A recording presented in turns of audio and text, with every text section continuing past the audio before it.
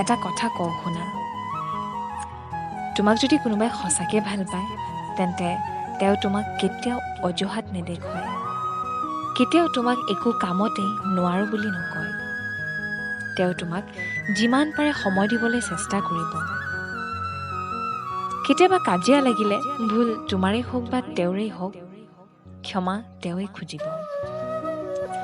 মৰমৰ লগতে অভিমানো কৰিব। তোমাৰ বাবে তেওঁ বহুতখিনি ত্যাগ কৰিব, কাৰণ সঁচা প্ৰেম কৰাজনে বুজি পায় তুমি তেওঁৰ কাৰণে কিমান ইম্পৰ্টেণ্ট।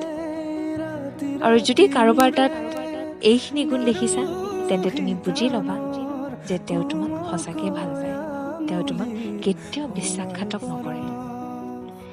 সেয়ে সময় থাকোঁতে বুজিবলৈ চেষ্টা কৰা, কাৰণ পিছলৈ ইমানেই দেৰি হ'ব য'ত তুমি যিমান বিচাৰিলেও হয়তো তেওঁক আৰু কেতিয়াও উভতাই নাপাবা।